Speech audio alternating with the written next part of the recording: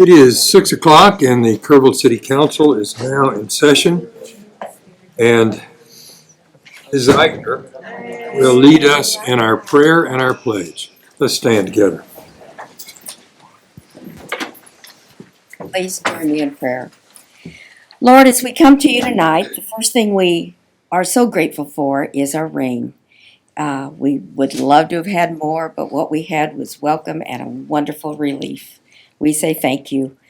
We thank you, Lord, also for our town, for our people, for the great, great place in which we live. And as we honor our first responders tonight, we thank you for them. They put us first every day that they go to work with no regard to their safety. Bless them, Lord, and their families for their family's sacrifice. We also ask, Lord, that you watch over our military, keep them safe. And we also ask that you give wisdom to our world leaders. Much, much wisdom is needed. And we just ask that you be in the middle of all that is going on. And as always, Lord, we just ask that you be with all of us in this room tonight as decisions for our city are made. And in all these things, we ask it in your name. Amen. Amen. I pledge allegiance to the flag of the United States of America and to the republic for which it stands, one nation, under God, indivisible, with liberty and justice for all. If anyone present wants to speak on an agenda item, they need to sign up and present a speaker request form with the city secretary here in advance of the item being read into the record by the city secretary. When speakers are called, they're to come to the microphone and begin by stating their name and address for the record. Note that public comment periods are for council to set aside time to specifically hear from you. Any questions that you might have will not be responded to until after the public comments have concluded. Thank you for observing these matters of order. At this time, do we have announcements of community interest? Mr. Cunus. Yes, sir. We have just a few. A couple of events coming up this week that we wanted to let everybody know about. Two of them are Thursday at the library. The Texas Talking Book Club is Thursday at noon. That's actually at the Kerr Regional History Center. And Brian Kilmeade, I think everybody knows him from Fox and Friends in the Morning. He wrote a book called Sam Houston and the Alamo Avengers. And so we'll be talking about that at the Talking Texas Book Club. That starts at noon at the History Center. And invite everybody to come out to that. Fairy Gardens Crafting begins at 4 o'clock at the library. For those of you, like me, who did not know what fairy gardens are, they are minuscule plots or small container gardens that include live plants, tiny accessories, and other elements designed to provide a habitat for magical fairies to visit when no one is looking. Mike, you need to go. So that's at 4 o'clock. I encourage everybody to check it out. Yeah. All right. Let's move on to the weekend. Actually, Friday night, upcoming parks events. We have Concerts by the River. This is the second one. This is actually, these two groups were supposed to have been here in March, but we had to cancel it because of, I don't think it was rain, it was cold weather, wasn't it? Yeah, very cold weather. So this Friday night, April 29th, the Flashbacks in Exit 505. That starts at 7 o'clock. Concerts by the River there at the Pavilion. Be sure and come out. That's a lot of fun. Had a good crowd last time on the 8th, so hopefully we'll have more of that. And then one final thing. Drug take back is Saturday. Kerrville Police Department. They'll be from 10 a.m. to 2 p.m. On the 30th, they'll be taking back any unwanted, expired, unused medications for safe disposal. So if you have any kind of drugs like that, I would advise taking back legal drugs. I would run by there with something else. But they'll be happy to welcome you. They'll be happy to welcome you if you want to bring something else too. But it might be not as pleasant of an experience. So take advantage of that if there's some that y'all want to dispose of. So, Mr. Cunus, have you noticed how busy and active the library and the Parks and Recreation Department are? Yeah, they never sleep. Yeah, I guess not. Yeah. All kind of events. All right. Council, Yes, Mayor, I have one. So just for the public to be aware, the city is currently conducting its third national community survey. We started out by using random population-based homes, and so with that coming to a conclusion or people starting to turn in theirs, we've also opened it up to the rest of the community to submit your surveys, and so you can go to the city's website, kerrvilletx.gov, for information on that. It'll be one of the slideshows that you'll see at the very front of the website, and if you just click Learn More, it'll take you directly to the survey. It says it's about 16 to 17 minutes, and I would encourage all of our citizens to partake in that and give your perspective of Kerrville, so we can see what and hear directly from you. That's great, thank you. Appreciate you mentioning that. It's also on Facebook too. It's a There you direct go. link there. So be sure to Facebook check it and out. Facebook too. Website. Facebook and Okay. our website. Thank you. All right, City Manager, Mr. Hoppy has a presentation for us. Thank you, Mayor. We've got a special recognition today, and she's probably going to be mad at me because we decided to do this in an announcement section rather than the presentation section to kind of keep it secret from her just a little bit. We've got a special honor for Miss Shelley McElhannon. As you may or may not know, Shelley has provided over 15 years of service to the city of Kerrville in a number of different departments. She served in Public Works, she served in Human Resources, she has served in the City Administration Office, and most recently she served these last 3 years as your City Secretary and this community City Secretary. She's done a tremendous job, and as you may know, part of that, being City Secretary, those folks have the opportunity to go back and educate themselves. They have a official Texas Registered Municipal Clerk certification program. That's a multi-year program. It usually takes between 4 and 10 years. Shelley has accomplished it in 3 years. So she has been very, very hard at work, and we want to recognize her today. And so I'm going to read this certificate. City of Kerrville Certificate of Recognition is hereby presented to Shelley McElhannon, City Secretary, on obtaining the Texas Registered Municipal Clerk certification. The Texas Municipal Clerk Certification Program is the only university-level professional education and development program for city clerks and city secretaries in Texas. The program is administered by and located at the University of North Texas in partnership with the state of Texas. Successful completion requires over 200 hours of individual home study, online coursework, and examinations over 4 different courses, and the attendance at several multi-day seminars. The 69th Texas Legislature adopted HB 2092, which gives state sanction of the program and provides that certification will be issued to each person who successfully completes the program. Again, it typically requires almost 5 years, 4 to 5 years of enrollment. Shelley was able to do it in 3, which is super impressive. Shelley has successfully completed this program and is an active member of the Texas Municipal Clerks Association. And we are so proud of her.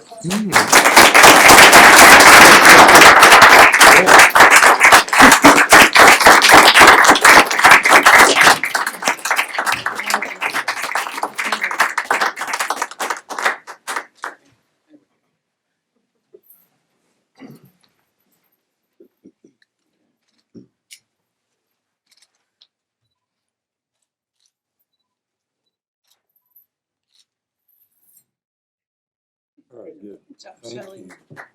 All right. I'd like to ask Chief Maloney if you'll join me here at the front.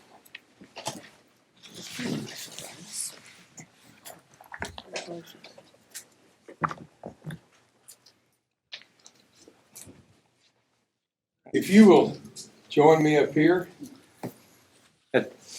First, I'd like to recognize EMS Person of the Year, Travis Hooser. So I have the privilege to recognize him as EMS Person of the Year. Travis was hired in September 2017, served with the Killeen Fire Department since 2012 as a firefighter. He's credentialed as a licensed paramedic, level 2, DSHS, EMS instructor, advanced structure firefighter, advanced aircraft rescue firefighter, hazmat technician, fire instructor 1, and driver operator pumper. And he also serves on our critical incident stress management team. Travis has a positive attitude and dedicated to the Kerrville Fire Department. He has repetitively responded off duty to work emergency assignments and to cover the shift when firefighters are sick. He continues to excel at his job as a paramedic and recently was accepted into nursing school. Travis is recognized by his fellow firefighter members for his selfless acts during the tragic MCI mass casualty incident at Airport Race Wars on October 23, 2021. Travis Hooser was attending his sister-in-law's wedding when the call went out for additional personnel to respond to Central for the Airport's Race Wars incident.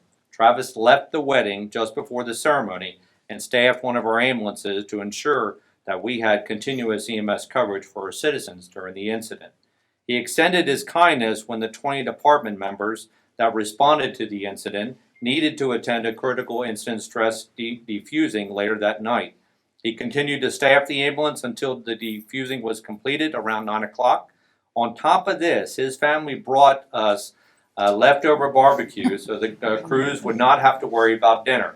Travis's actions are selfless and went above and beyond the call of duty. His dedication and service to his fire family is a true testament of the brotherhood and teamwork. These are just a few of Travis's users' outstanding performance and merits that earned him the 2022 EMS Person of the Year.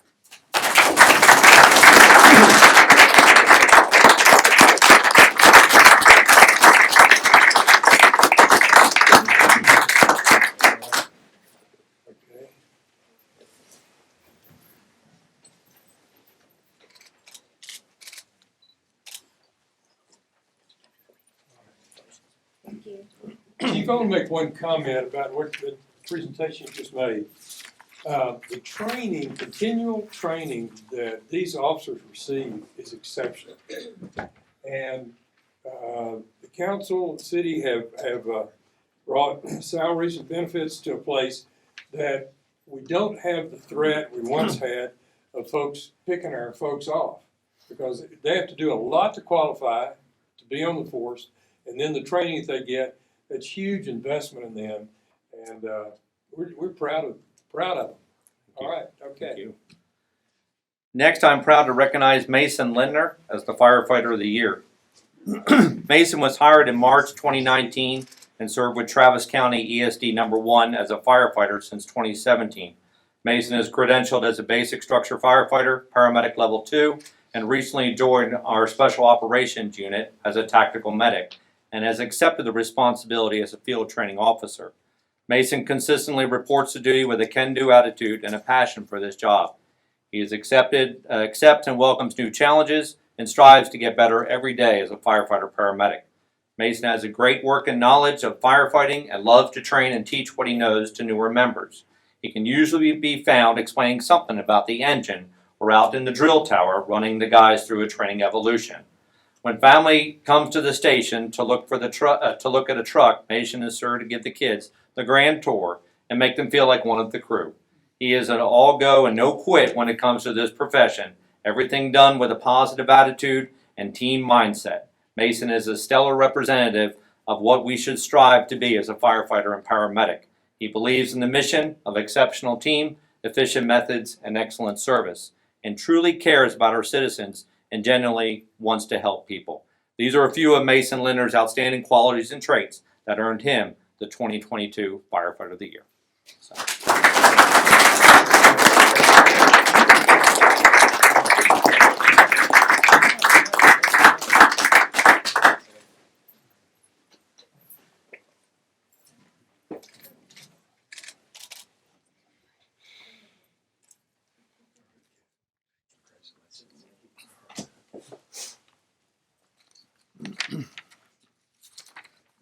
Last but not least, the honor of recognize Battalion Chief Mark Logue as the Officer of the Year. Mark was hired as a firefighter in September 1996, promoted to the rank of driver in 1999, and promoted to the rank of lieutenant in February 2002, and Battalion Chief in September 2015. Mark is credentialed as a licensed paramedic, master firefighter, and basic fire investigator. He earned his Associates in Applied Science and Fire Administration. He is a team leader for the Technical Rescue Team and deployed with Texas Task Force 1 for numerous natural disasters to include Hurricane Harvey. Mark continues to dedicate his time to the fire department on and off duty. He leads by example for other firefighters as an approachable leader, willing to teach fellow fire department members new techniques and strategies. He empowers his shift to be better and always looking for opportunities to train and improve our response. He is dedicated as a team leader for the technical rescue team, following in the footsteps of those leaders before him. He continues to improve the team through training, education, and experience. He takes pride in his shift and his crews with high expectations as a professional. He's always engaged and willing to help off duty with emergencies, backfill, and tasks to improve the department. He continually demonstrates the best qualities of a leader and promotes our values of professionalism, integrity, and teamwork. Mark's accomplishments and leadership are a testament to the mission of an exceptional team, efficient methods, and excellent service. These are just a few of Mark Logue's outstanding leadership values that earned him the 2022 Officer of the Year.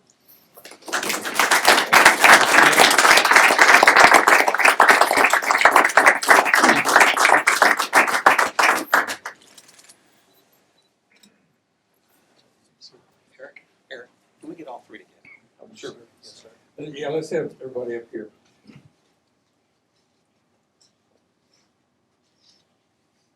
Y'all turn this way a little bit. Turn this There way, we and go. we're looking here.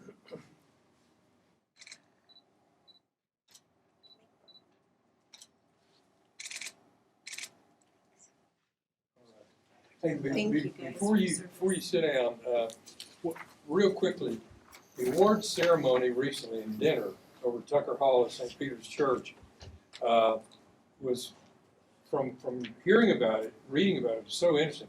Part of what the chief did was to go back 100 years ago and look at the department then, which was a volunteer department, right? Yes, sir. In the Pearson garage. Yeah. But he quoted Chief E.T. Butt, the fire chief at that time, and that was Howard Butt Sr.'s brother. And just interesting to look at that history. Okay, any comments you guys have, or do y'all have any stories about these guys? All right. All right. Thank you. Thank you. Appreciate it.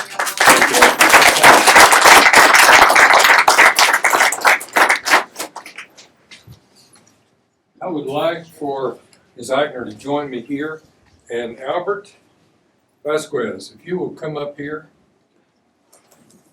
We have a presentation, the Kindness Award. But I've asked Ms. Eichner to stand up here because she made this nomination. Good to see you. City of Kerrville recognizes Albert Vasquez with the April 26, 2022 Kerrville Kindness Award. Albert Vasquez, the resident programs coordinator at Brookdale Senior Living Solutions in Kerrville, recently heard about 89-year-old Brookdale resident Wanda Birdsong's wish of a lifetime, to ride in a horse-drawn carriage. Albert quickly partnered with ARP and Matthew Goetz?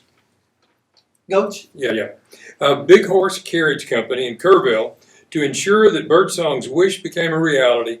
And on February 16, 2022, the lifelong equine enthusiast was treated to a special carriage ride along with gifts and a private dinner with her sister and brother-in-law. Vasquez, a 13-year veteran at Brookdale, has previously worked to fulfill 10 wish of a lifetime requests for residents at the facility. The Kerrville Kindness Program offers a sincere thank you to Albert Vasquez for his commitment to serving his fellow citizens. Congratulations.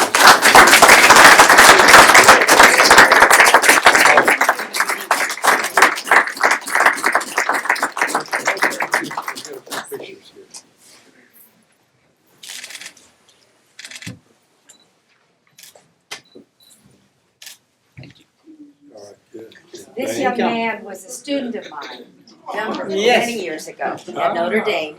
And I want you to know, I'm making my list out so that when I am over there. Your wish. All right. Good. Well, thank you for planting those seeds of spirituality, education, and believing in me and all of us. right. Thank you. Thank you. And just really quick, we also had granted a wish last month, and I was really blessed to be a part of that one. I got to take a lady to the Redwood Forest in California for a 4-day trip to the Redwood Forest, the national and the state parks, about a half hour each apart, and we got to stay in the middle. and we got to tour that with her, and that was her recent wish of a lifetime. So I'm very blessed to being kind. Also, there's reward to it, so it's a blessing. So thank y'all, We Good. appreciate you. And- Thanks to you. and Thank glory you, to God. Glory to God. All right. Thank y'all, everyone. Thank y'all for what y'all do. Thank you, Mr. Vasquez. Thank Yeah. you. I had two friends at the facility where Albert is, Rod Kennedy and then John J.D. Miller. That Albert I saw how much he cared for them and took care of them. Now, we have another presentation to make to David Jones. David, if you'll come up. Or David. Everybody keep your seat. Yeah. All right. This is a resolution of commendation, whereas David Jones has served as a member of the Planning and Zoning Commission, the date of service beginning December 13, 2016, and whereas David Jones has served faithfully and dutifully on said board, now therefore be it resolved by the City Council of the City of Kerrville, Kerr County, Texas, David Jones be recognized for outstanding service as a member of the Planning and Zoning Commission, and that on behalf of the citizens of Kerrville, as well as for ourselves individually, we wish to express our sincere appreciation for contributions to the city and the community. Congratulations.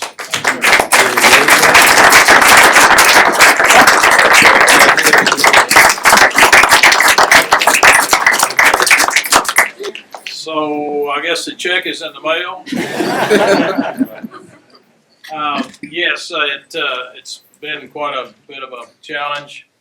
I was also fortunate enough to serve on the 2050 and the city chairman of the city committee.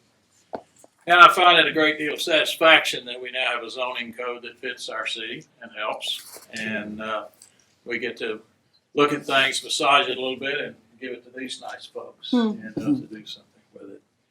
But anyway, I'm now working on the Heart of the Hill Heritage Center, the part of the library campus, and working in our partnership with the city to get that going. So Anyway, man, thank you for your service. Thank Let's you. look here at the cameras, okay? Oh, all right. Yeah. Very well. Okay. Oh, you got it? Certificate. Oh, okay, hold that up. Hold it. Yeah, there you go. Oh, yeah. I thought it was my preface. Yeah. In terms of that zoning code, we went from 49 zones to 19, which makes things a lot easier. Yeah. Way better. Good job. Good job. Nicely done.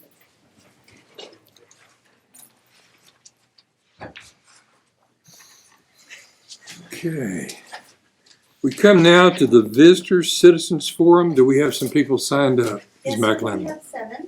Okay. Brad Barnett. Barnett? Okay. Hey, Brad. Yeah. Good evening. Brad Barnett, President and CEO of the Kerrville Area Chamber of Commerce, 1700 Sidney Baker, Suite 100. The Kerrville Area Chamber of Commerce is a 501c6 business membership organization representing over 800 members in Kerrville and the Hill Country. Our vision is to strengthen, promote, and serve our business community, and we do this through creating a vibrant and prosperous community through business leadership to ensure aspirations become reality. While the Kerrville Chamber of Commerce does not publicly endorse or oppose political candidates, we do endorse or oppose issues and initiatives that impact our business community. And since the public safety facility is critical for our community, our Chamber Board of Directors and our Governmental Affairs Committee felt that it was important to take a stand and support Proposition A. So they asked if I would come here this evening and read this into the record and support for Proposition A. Resolution 2022-1 from the Kerrville Area Chamber of Commerce, 2022 Public Safety Facility Bond. Whereas the City of Kerrville is charged by its citizens to keep them safe through effective law enforcement and firefighting services, and whereas the current police department is located in an old bus station with many structural issues, and whereas the Kerrville Fire Department is currently leasing office space that will cost the city over $500,000 over the next decade, whereas the municipal court is located in a metal building not designed to meet the current needs of the court, whereas the city's information technology department dedicates over 75% of their time to the police and fire departments and the municipal court, there is a need for them to be located adjacent to those departments. And whereas the City Council developed a process for strong citizen input during this evaluation process for the facility, now therefore let it be resolved by the Kerrville Area Chamber of Commerce that the 2022 Kerrville Public Safety Bond, Proposition A on the May 2022 ballot, is an important next step for the City of Kerrville to keep our business and our community safe and encourage our members and the community to support Proposition A on the upcoming ballot. Good. Thank you. Thank you, Brad. Before we have the next speaker, I should have mentioned that no discussion may take place on, and no action may be taken on these items. Since they're not posted, the council may not discuss subjects raised, but may later refer something to the staff. And speakers have 4 minutes. Okay. Carrie Bach. Good evening, Mayor Blackburn and Council. My name is Carrie Bach. I live at 2019 Lime Creek Road. First of all, I'd like to thank all of you for your time and your efforts that you put towards our city, and I do pray wholeheartedly that those terms will continue. I've grown up here. I used to ride along with KPD. I've sat in numerous hours with dispatch over the years. I have 2 businesses and 4 children in this town, and we do benefit from this great city, and we call this place home. I currently serve on a few of the fire and police boards, including Guns and Hoses, Citizens for Safety and Security in Kerrville, the Kerr County Sheriff's Foundation, and I happen to live with a 24-year firefighter paramedic with the Kerrville Fire Department. So with all of that said, I do know about fire and police dealings. I know that we need this public safety complex. Yes, it will raise our taxes a little, but it's worth it. The proposed budget, first of all, I'm here tonight to educate the voters about some things on the bond known as Proposition A on the ballot. The proposed budget includes the land, the building, the parking, the lighting, the fencing, the security, the furniture, and the fixtures for the complex. This is a turnkey operation. A lot of people don't know that. Also, the state of Texas requires that we put certain things inside of the building, especially for the emergency response center. Walls have to be so thick. Floors have to be made out of something in particular. Security has to be a certain way. This does have to withstand a tornado. And that expense is out of our hands. Besides the fire and police admin, municipal court, IT, and emergency operations center, the complex does include things like a safe exchange zone for child custody issues, the K-9 unit, animal care facilities, and even more secure evidence storage. That's a big deal. That's important. We don't want any of that stuff tainted in any way. There are those that are opposing Proposition A, and they have said, there's a better way. Well, I publicly challenge those of you that think that.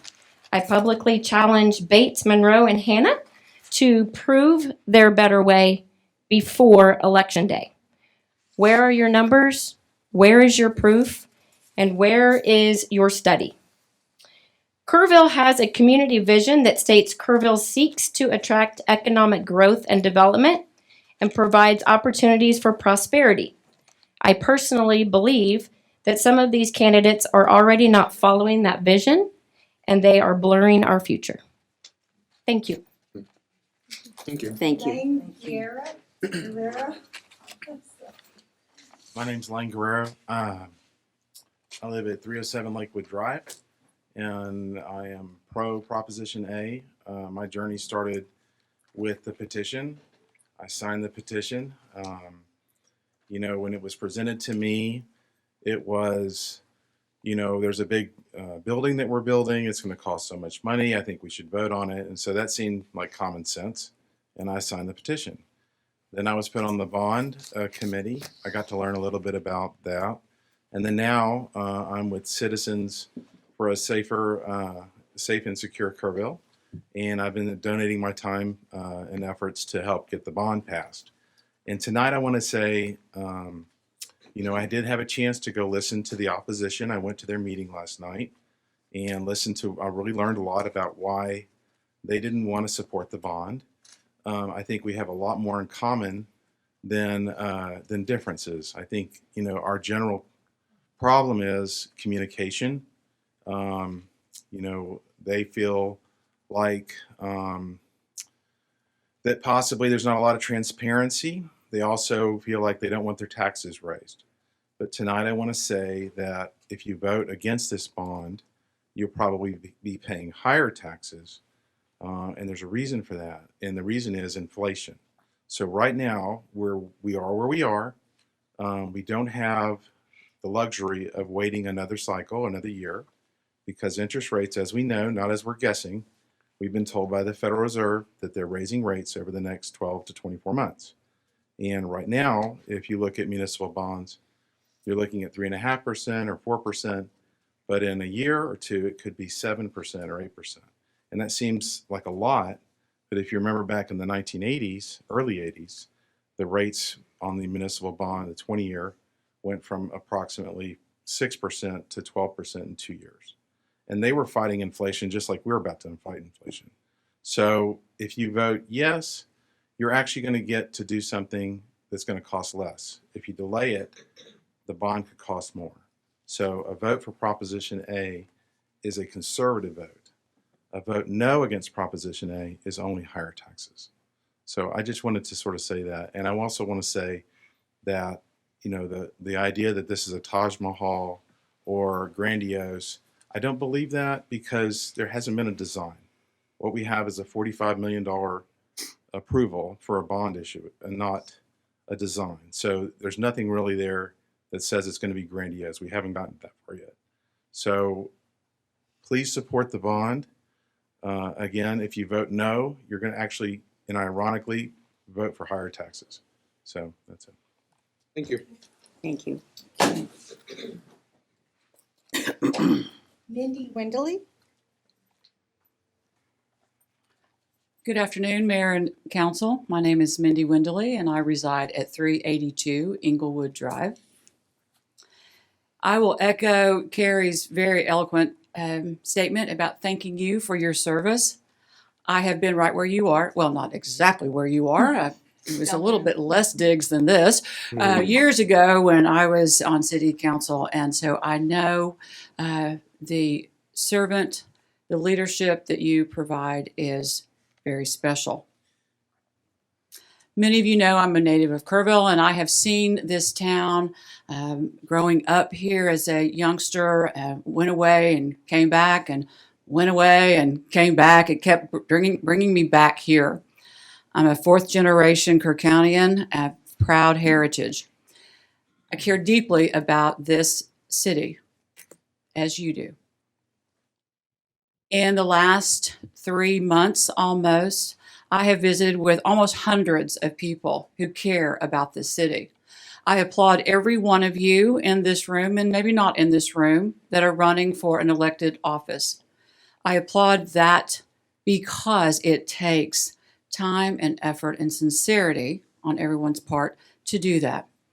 In the presentations that we have made as formal members of the PAC, the Citizens for Safety and Security in Kerrville, we have visited with a myriad of people, and they all ask great questions. They ask everything from, what is it going to look like? How much is it going to cost me? What are my taxes going to look like? Who's paying those taxes? Who's going to be in that? Are you moving the fire stations? Is it under one roof? I mean, it's amazing what good questions we have. Our presentations, as part of the PAC, is to educate and inform people and to ask those hard questions. If we don't know the answers, we find out and get back to them. We have several members in this audience that are members of the PAC, and I think they will join me in saying it has been a very interesting journey about Proposition A, what it is and what it may not be. We've made arrangements with Chief McCall to have tours of the old bus station. You know, in 1973, it was a great bus station. It was. I remember it being built. But it is now 2022. Chief McCall has shared numbers with me, and dozens of people have taken us up on going to the fire station. The police station. And you still can. Tuesdays at 10, Thursdays at 2. Command staff will take you through the building and show you what they're dealing with. It's very telling. Gil is over here in the audience, and he's going to talk to you about economic development in just a few minutes. In my days of economic development, equality of life was a big issue when we were trying to recruit businesses, retain businesses. Safety is on the utmost minds of anyone wanting to do business here, anyone wanting to live here. The chiefs cannot retain and recruit good, solid candidates unless they have favorable working conditions. And we are hopeful and prayerful about Proposition A passing. We encourage all of your viewers that are listening to us tonight to vote yes for Proposition A and support our police and fire and all of our other departments that will be in that new building. It is a plus, it is a win, and it is necessary. Thank you. Thank you. John Harrison.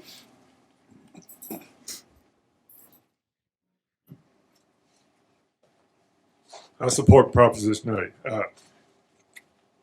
You're tired of me talking about it. You know I support it. I'm up here to talk about the committee that we created because we've had a number of questions about who is this PAC? Why do you create a PAC? What's a PAC was created for? And so it's simply for you all that have run for public office know that Shelley, one of the first things she does is give you a big packet of paper, maybe this thick, I don't know. This is what she gave me, to tell you how to comply with the Texas Ethics Commission. And you got to file reports. You got to tell the city, basically in a report, who gives money and where that money is spent. And you have to do it on time. You know, we had to file a report 30 days before the election, I guess April the 7th, about who donated, the 50 people or more that donated to this PAC. So we created the PAC because we wanted to comply with the Texas Ethics Commission that's a part of the Secretary of State. And we've got another report due Wednesday or Thursday this week, and then we'll have another report after the election. So I just wanted publicly to share with anybody that's listening that that's why we formed the PAC. Not to hide anything, but to share, because all that information is available. The Freedom of Information Act, and I know several of the newspapers have already gotten that information for your filings that are running for office, but the filings that we made for our PAC is there also. So that's all I have to say. Thank you very much. Thank you. Nikki Keynes.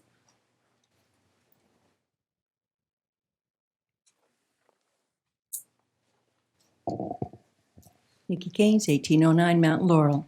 And I guess I'm the outlier here because I'm here to speak about the PAC and the opinion piece in the paper. And I'm here to read my response because I believe it's due. They began the letter by saying that we needed it yesterday, and they're right. We needed it in 2017 when the roof needed to be replaced and the city council did nothing.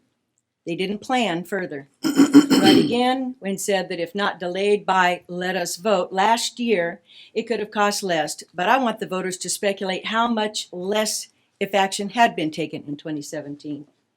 They made a mention that, oh, whatever happened, it's water under the bridge, and I'm saying it does matter. Infrastructure matters, and it isn't water under the bridge because no accountability has been accepted for the delay from 2017.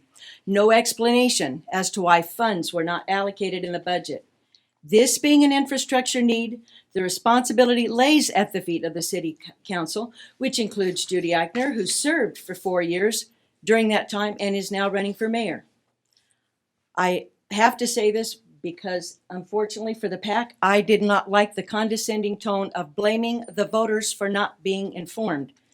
We're talking about the very people that are going to end up paying for this tax. They're at work, or then they go home and they feed their kids.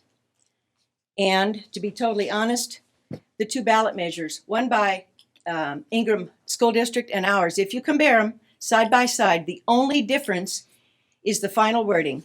Ingram at least had the honesty to finish it off by saying, this will raise property taxes.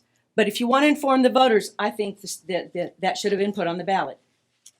When the city gives the employees a cost of 5% cost of living and hires another assistant manager, this PAC implored the voters to re-examine their budgets to pay, if they wanted to be able to pay the increase of the property taxes. And I say again, you're asking the very backbone of our workforce, including our first responders, to do this while the city remains focused on this plan, the 2050 plan, instead of the people. I don't believe most voters would agree that due diligence was furthered when this appointed committee, the original committee of 10 people, met 5 times with one architectural firm via Zoom and came to a price tag of $45 million. Most folks I know would do more than that to search for a builder and everything for a home or a business, and at a more reasonable price. They also made a comment that appraisal values may increase. They have increased, and many of us have already received our notice. When you say that, for many of us, this is a small price to pay. It is the truth, because as a majority of this committee, they enjoy the frozen tax rates of the 65-plus age group. The full truth will only be known when rates are determined on home property tax assessments. We deal with our transitory inflation, increasing interest rates, and the outcome of the vote. And condescendingly, I added, because soda may be the least expensive purchase, because they're trying to tell the voters, if you just cut out your soda, you should be able to pay the increase. And I say, maybe this committee should examine itself. Lastly, does this committee speak for the city council when saying that revenue enhancing opportunities like the sale revenue from the PD and the municipal court can be applied to this bond debt? Because we didn't get that answer when we asked it. What we heard were the bond issuers themselves saying that if any money was applied from those sales, it was only within a limited amount of time, and that would increase the rate. So there's another increase. I agree that there is And no that's good the end of your time, ma'am. Thank you. Bruce Thank Strachey? Oh, yes.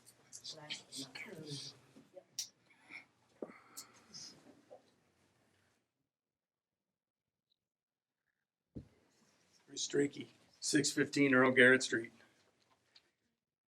I came here tonight because I want to encourage people to vote. In fact, my biggest concern in this election is that not enough people will vote, because what I'd really like to hear is the voice of the people. Because we keep being told about how we, the people, are representing the majority of the voters. And we know doggone well that that isn't true. The voters come out and they vote, and I want them to vote. I don't care how they vote. I want them to vote their passion. I want them to vote their hearts. And I want them to come out in numbers like we've never seen before, because it's time for Kerrville to speak up. I don't want 1,200 people. I don't want 1,500 people. I don't want 5,000. I want to see 11,000 voters at this election, because it's time for Kerrvillians, the majority of the people, to come out and let us know what they want. And you know what? If the majority of the people come out and they vote, we see 10,000 votes, I'm happy with whatever they voted for, because we've actually heard the people. That's what I really want. And that's why I came here tonight, because I'm also here because of all the misinformation that's put out there. The misinformation about the city borrowing money every year to fix roads. I think the phrase they use is maintain roads. And the fact of the matter is, we know in the city council that we went out and we borrowed some money to replace roads. You know, when I take my car to Kerrville and I do maintenance, I don't borrow money, right? I replace the cabin filter, and they check the tires, and they do the oil and whatever else needs to be done. And I pay for that as I go. just like the city street fund does every single year. And we've been increasing that street fund for many years because our streets need a lot of work. But the street department came to us several years ago and said, you know what, we need to replace some roads. We don't need to maintain them. We need to take them out.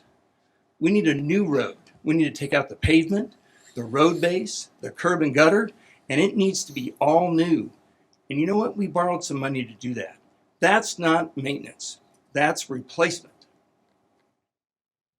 The other thing I keep hearing about is how it's a wish list. We have a plan. That plan started in 2017. And you know what? This is not that council. This is a different council. And this is a different staff. And in 2017, they did start a plan, and they did a study in 2019 that was finished then, and it came at the end of the year. And I don't know, but I happen to remember in the spring of 2020, we had something happen. It was called COVID. And when the city council at that time and the city staff at that time said, you know what, this isn't the time to go out and do the public safety building. We have the study, we know what we need to do, but we need to figure out what's going to go on with this virus. And the city manager, Mark McDaniel at the time, and the city staff, along with, not all these people here, but some of them, said, you know what, we don't know what's going to happen, and we need to stop. And that was fiscally conservative and the right choice. And it has put us in a bad spot. There's no doubt we're in a bad spot. There isn't anybody in this room who wishes we didn't already have a public safety building. But to keep coming up here like, I don't know, keep coming up here and berating these people for something that they didn't have time to do is just mistaken. Thank you very much. Time's up. Time's up. Hey, you're not in charge, but thank you very much. Thank you. Yeah, thank you. Okay, coming now to the consent agenda, these items will be voted on together unless a council member or a citizen wants to pull one of them. We'll vote on it separately. There are no citizens that's pulled an item. All right, okay. In that case, Mayor, I'll move to approve items 4A, 4B, and 4C. All right, okay, second? I'll second. A motion second, all in favor by the upraised hands? Right, and it carries unanimously. Okay, now, information and discussion. Kerr Economic Development Corporation, Mr. Gil Salinas. Quarterly update.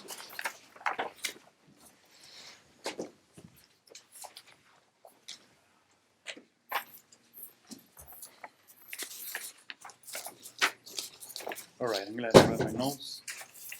Mr. Mayor, members of the City Council, for the record, Gilberto Salinas. I'm with the Kerr Economic Development Corporation. I'll go ahead and get started with some of our top projects. That's Project ACE, Project Lucid Asleep, and Project Underground. Project ACE, that is a UAV company from the Midwest. It's actually a drone manufacturer that's looking at Central Texas, outside of the major metros of Austin and San Antonio. It's a 300-person operation, paying upward of $120,000 in annual salaries. They will require some very high skilled workers, specifically in the science and engineering fields. So that's going to provide a great opportunity for the university or Schreiner University as far as creating a pipeline of talent for that particular project. Project Lucid Asleep, that is a company in the medical sector. It actually already has a presence in the Hill Country area and is looking to expand outside of where they're at right now. They're looking for a 2,000 square foot facility, looking to hire about 20 employees, paying upward of about $20 plus an hour in wages. And that project is starting to move forward pretty quick, so we're pretty optimistic about that one. And then Project Underground, that is a company. It's a manufacturer of telecom infrastructure as well as equipment. They're looking for a location for their second headquarters. It's a company out of the East Coast, and they're growing drastically in the Southwest. They're looking for a base of operations, and they have an affinity for the Hill Country. Said they want to be in this area. It's a 100-person operation, paying about between $20 to $30 an hour in wages. And they're looking for a 40,000 square foot facility or a 3 to 4 acre tract of land that they can build on. So again, we just need to be mindful that these are projects that we are in a pretty good competition with other cities, no different than some of the other projects we've recruited in the past. Okay, moving on to business retention and expansion. That's our BREE program. We continue working with Killdeer Mountain Manufacturing, Kerrville. So they've recently, at the beginning of the month, hired their next cohort of employees. That was 5 of them. So it takes them about 3 weeks of training before they get to the shop floor. So they're at about 27 employees right now, the majority of which are from the Kerrville area. So they continue to be on track on their target of being somewhere between 50 to 60 employees by year's end. And then next year, that's when they start making the transition from their temporary facility into their permanent facility out by the airport. We're also working with a couple of manufacturers, jewelry manufacturers. They're regional businesses here in the Hill Country that are needing to expand. So we're kind of helping with some of their location questions that they have, as well as their workforce needs. And then as a result here in the last couple of years of seeing the success of some of the aviation aerospace companies that have been recruited here, as well as the local ones, we helped assemble the local industry leaders for the first meeting of the Hill Country Defense and Aerospace Alliance. So that's being spearheaded by Killdeer. In attendance was also Gulf Avionics, RBR, as well as Mooney International and some of our higher education partners. And really what this is them getting together to start having a voice, specifically in Washington, D.C., as well as Austin, as it pertains to going after federal contracts and what have you. Okay, now looking at some of our economic indicators and trends, our unemployment rate, we are now at 3.3% for the month of March, and we've officially matched the unemployment rate for March 2020, which is 2 years ago, which is right when everything just shut down because of the pandemic. So April 2020, exactly a year ago, that's when we hit our highest point. We were at 10.5 unemployment rate, and then we started working our way back down. So from an economic development lens, it's taken us 2 years to really bounce back from the pandemic as it pertains to unemployment rate. Sales tax revenue, totally different story, totally different set of variables that have contributed to those increases. So with unemployment, I will say that the difference then and now is the quality and the higher skill set positions that are available in Kerrville and Kerr County because some of the companies that have come into the area. So that means that there's more money going around for some of our employees, some of the people here in the area, local, and as a result of that, a lot of companies are having to pay higher wages to retain the employees that they have. So that's not a bad thing. That just means there's more money coming into our community by way of companies that are, for the most part, exporting as part of GDP and contributing to the overall wealth of our area through our citizens. Now, however, that's created a void in the service sector jobs. We saw it last summer, and this summer is just around the corner where you've got several restaurants, eateries, businesses, small shops that can't stay open on weekends, or they are open and they're just undermanned, understaffed, and that's because during the pandemic, you had a lot of people that just kind of reevaluated what they were doing, and they said, look, I'm just going to go ahead and work on myself, invest in myself to upskill my talents and get one of these better paying jobs. So that created a void. So that is a big challenge that we have right now. And again, that's a result of the trickle-down effect of having success of recruiting some of these companies that are paying higher wages. So some of our workforce strategies that we're working on, that started actually a couple years ago when we had our Texas Workforce Commissioner, Julian Alvarez, visited the area. But in January, we had the other Texas Workforce Commissioner, Mr. Brian Daniel. He came in, and his visit, that resulted in some great discussions and engagement from local companies as well as higher education and some of our school districts as far as having a direct line of communication to the office of the governor. And we've already seen Ingram ISD landed a JET grant. So we're starting to see, and there's another ISD that's applying for some more state dollars. So we're starting to see that pipeline of money to help with our workforce challenges as a result of meeting with, having some of these commissioners come in and turn our community and meeting with our leadership. Schreiner University, they alluded to some of the projects at the Chamber's State of Education. We're involved in some of those projects, and again, that's a result of the activity we're seeing with aerospace and some of the companies that are coming in. And then next week we are hosting, we're going to have a community tour and some visits with our leadership with the new San Antonio-based representative of the Texas Workforce Commission, as well as 2 representatives from the Austin headquarters. So they'll be coming in. Great opportunity for us to showcase what we have. But on the flip side, we're also going to be kind of like picking their brains as far as, okay, here's what we have. What communities are doing what, and how to address their specific workforce challenges. Because, okay, let me take a step back. So our civilian workforce is 21,000. And I just mentioned our unemployment rate is 3%.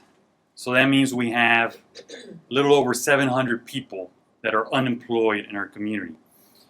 So what we need to do now is start looking at strategies to start, what are the people who are not within those 700? And that's like your retirees. Is there a way to start tapping into, our retiree population as far as, do they have time to come in? Are they interested in coming in and, helping some of these businesses, working on a part-time basis, whatever it might be. There's also programs for people with certain disabilities, programs for veterans with disabled veterans. How can we now start tapping into those individuals that are not part of those 700 unemployed people in Kerrville? So again, just making sure that there's no stone unturned out there. That's basically where we're at right now.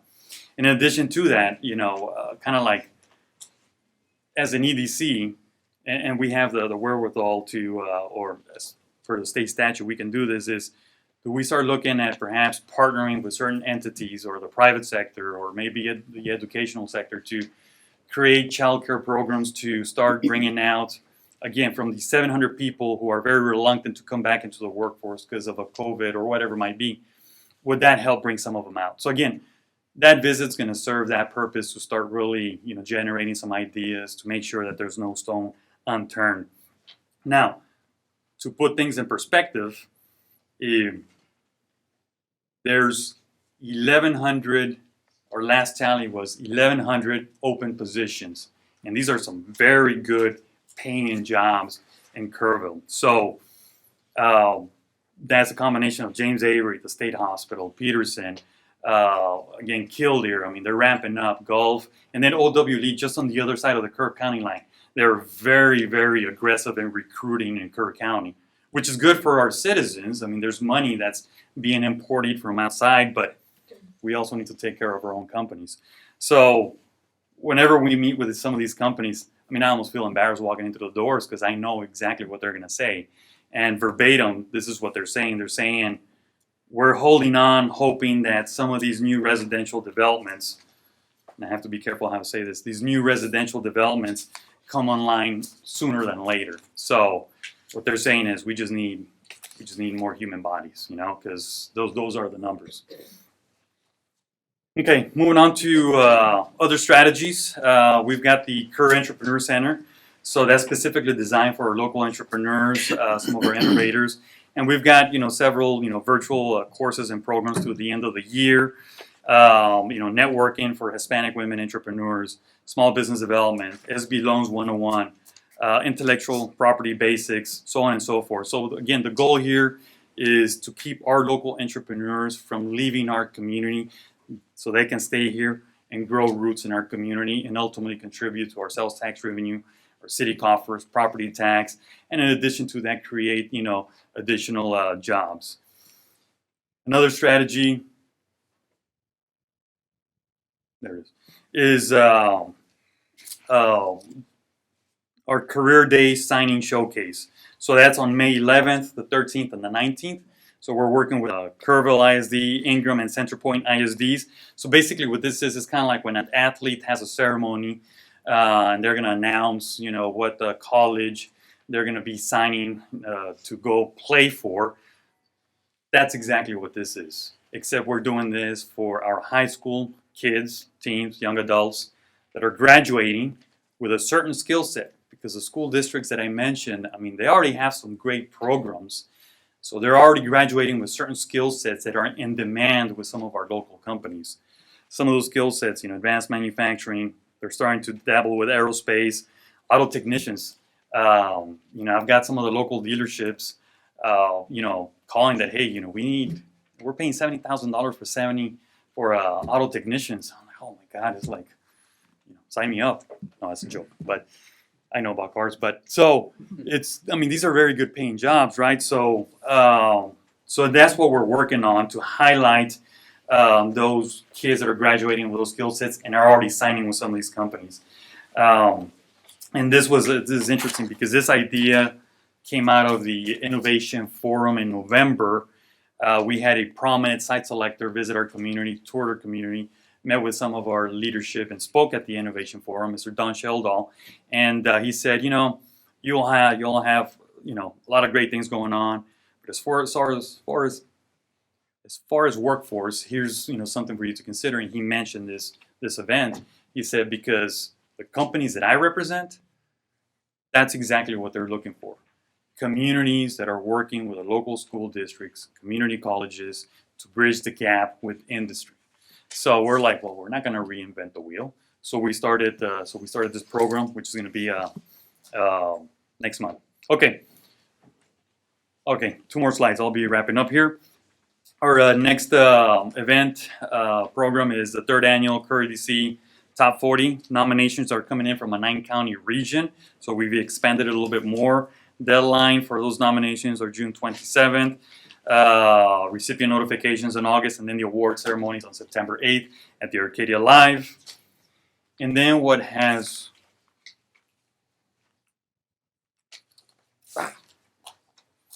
quickly now started becoming our signature event is the 2nd annual Business and Innovation Forum. That's in conjunction with the governor's small business initiatives through their Economic Development and Tourism department. So jointly, we're going to be creating a 1-day conference. They'll start promoting it in September, and they're going to be attracting 200 to 250 companies from Central Texas. So it's not from just the hill country. It's from here to Waco to Seguin and back. 200 to 250 companies to come in, network with our local companies. They're going to be also learning about what the Office of the Governor has to offer for small businesses, for entrepreneurs, as far as their network, resources, tools, and also incentives that are available for some of these companies. And on our end, it'll help some of our local businesses too. As far as us, expanding their supply chain, their reach, so on and so forth. And who knows, we might be able to recruit some of these companies into town. It's our time to really put our best foot forward. And again, I like to say that this is another strategy in workforce development, cultivating our local entrepreneurial base, and helping our local business, and also helping or a recruitment tool for having people come into Kerrville, move here to raise a family, to live here, to launch their business from, or to work here. So again, there's you've heard me say this in the past, there's a little bit of science that goes into everything that we do. It's all about connecting the dots and helping our local economy grow. That concludes my presentation, and I'm happy to answer any questions you might have. Council, any questions? I was just disappointed to see that the ammunition company wasn't on the list. It gets better. There was 2 of them. Oh, there was 2 of them. One smaller than the other, but yeah, it was workforce. One of them has not made a decision. The other one ended up locating somewhere else. Well, thank you. Mm-hmm. Thank you, Gil. Good report. Thank you. Regarding the Career Day signing showcase, I think that's a good idea. I think it's something for the students to look forward to, almost just like they do with sports. But what I'm wondering is, have y'all considered other types of educational entities, private, charter schools, those types? rather than just sticking with the public schools? We have, but we said let's start with what we have right now. Sure. So Okay. next year we're looking into incorporating those. So, thank you for pointing that out. Yes. Yeah, no, but I think it's great. Thank Yeah. you. Thanks, Gil. All right. Thank you, Mayor. Good job.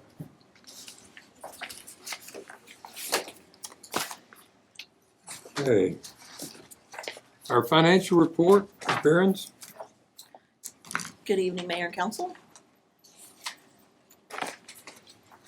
So before we jump into a financial update, I wanted to provide a little clarification just regarding some questions that I have fielded over the past few weeks and some things that are being shared in the community that are either questions or misinformation relating to our debt. So I wanted to share that with you before we got started. So this slide here was presented to you with our proposed budget for fiscal year 22. So as of August of 21, this is how our overall debt laid out for the city. So overall debt of $67 million, water fund debt obligation of $43.6 million, and EIC debt of $10.6 million. And neither of those are paid for with property tax. Our general debt service obligation is paid for with property tax, and at that time it was $12.8 million. So it's been a little while and we've made a payment since then, so I wanted to give you an update as of April and what that debt looks like today.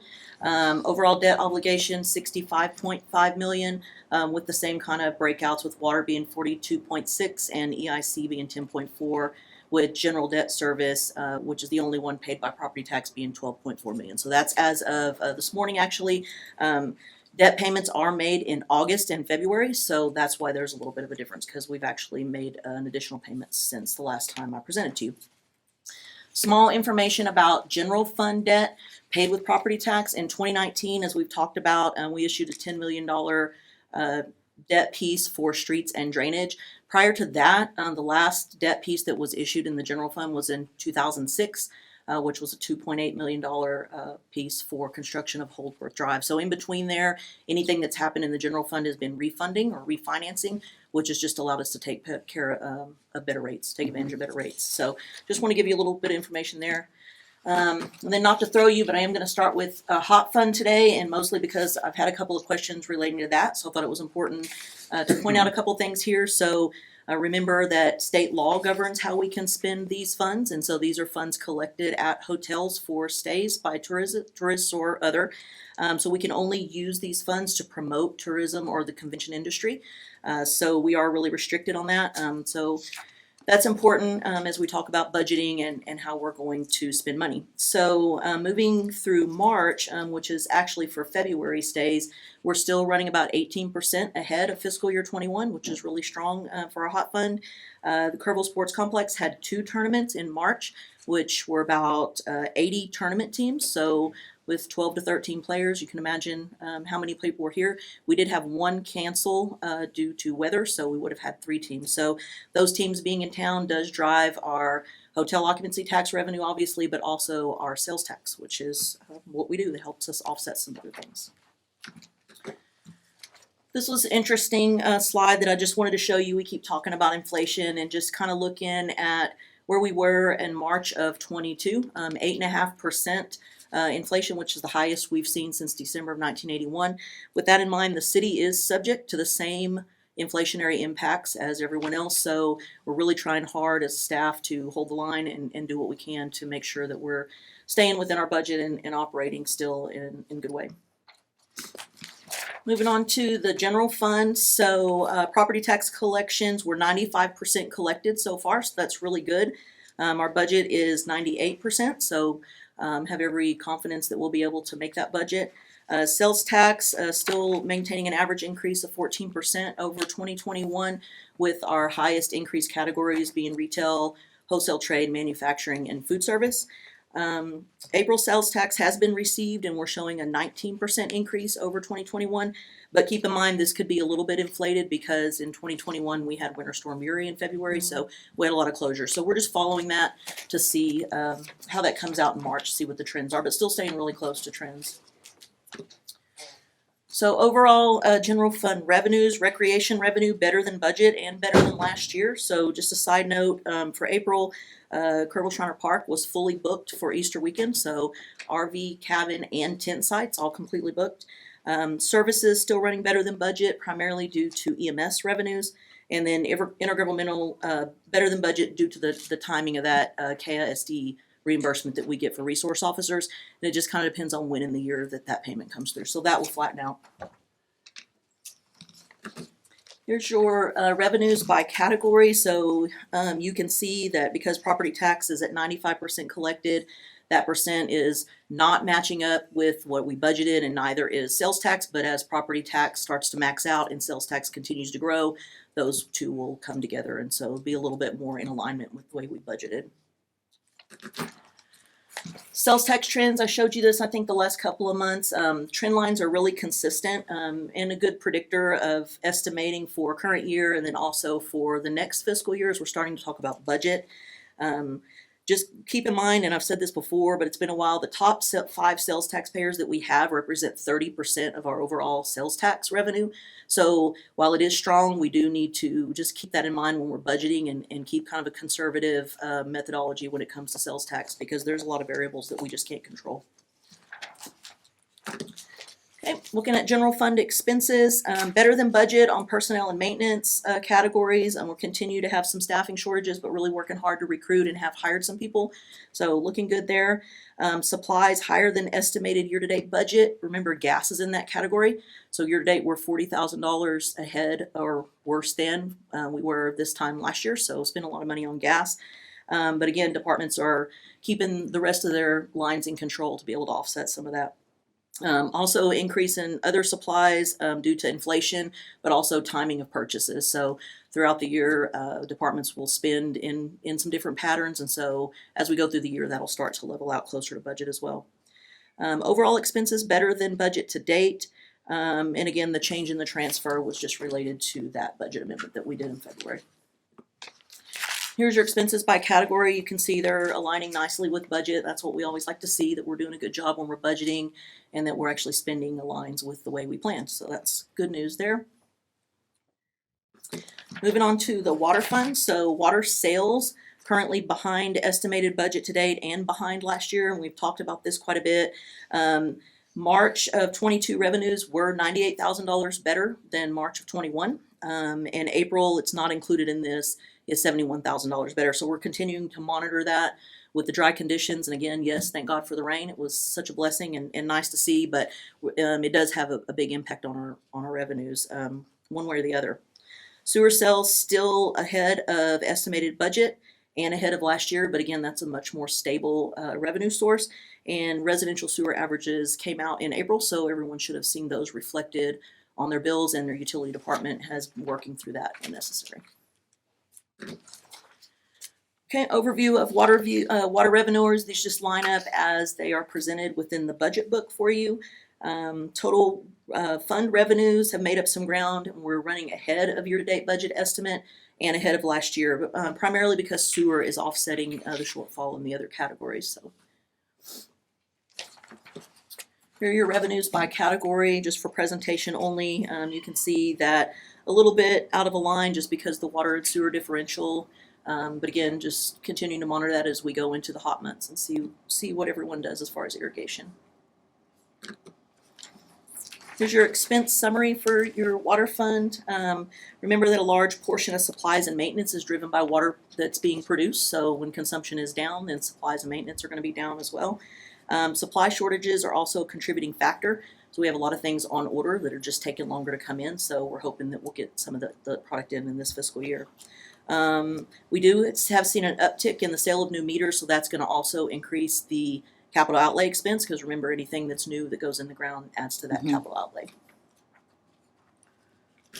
Okay, here's your expenses by category. The transfer percent is just part of the recent budget amendment, and then also just timing of transfers, but all other categories are lining up with kind of the way we predicted them to in the budget. Just want to give you a little bit of look at rainfall. So this is a 3-year, year-to-date rainfall summary. So you can see, if you look at really from July to October, why going into November and December our water revenues were a little bit behind. So those folks who would typically be watering September, October, November probably weren't. So you can see how directly rainfall affects our revenues there. Okay, looking at the golf fund, continuing to show growth. We say that every month, so they're doing a lot of good work over there. This month, the Region 4 High School 3A boys and girls hosted their tournament there, so about 180 golfers. So from all over the region and so various parts of the state. So it was a big deal for us. And then remember the tennis is happening as well. The expenses are better than budget, but again, that's due to supply chain issues, and we're working through some of that. Can you go back? I'm sorry to the. Sure. Am I missing something, or is there something missing on the line item there that is supposed to show the net revenue? Oh, I'm sorry. Hold on. Okay, I was looking at something else. One more second, please. Mm-hmm. Okay, thank you. Okay, development services. So we've kicked off quite a few new projects, so gaining some ground there. Still a little bit behind budget to date, but ahead of last year, so that's good. And expenses are ahead of budget to date as well. So as we're about 7 months in, we're going to start making some projections about where we think we're going to start wrapping up fiscal year 22. It's an ongoing process to do those projections. Helps us give good historical data, so as we're working on the next year's budget, we have that data. But just to give you a few dates, we did actually receive our preliminary property tax roll this week. Keep in mind that that will change as Kirk works through their appeals process, so she'll be sending out periodic updates to me from time to time, just telling me what things have changed. In May, departments will be meeting with the budget committee and start looking at some high-level areas, and then also some new item requests related to departmental budgets. So that's going on. 2 items for you, June 16th and July 19th, both council budget workshops. The 26th, we should receive our certified roll, so you can tell that gives us a really small window to finish up the budget, make sure it's in balance, and then we'll be filing the budget on July 31st. And then there's some other dates there just so you can kind of see what's coming ahead. Questions? Council, questions? No. It's overall a good report at this Thank you. point. Thank you, Julie. Yeah. Yes, All right, thank you. Thank you. All right. Do we have any speakers to this item? Okay, all right. Let's move forward to the 6A, if you'll read that in for us. Ordinance number 2022-16, second reading.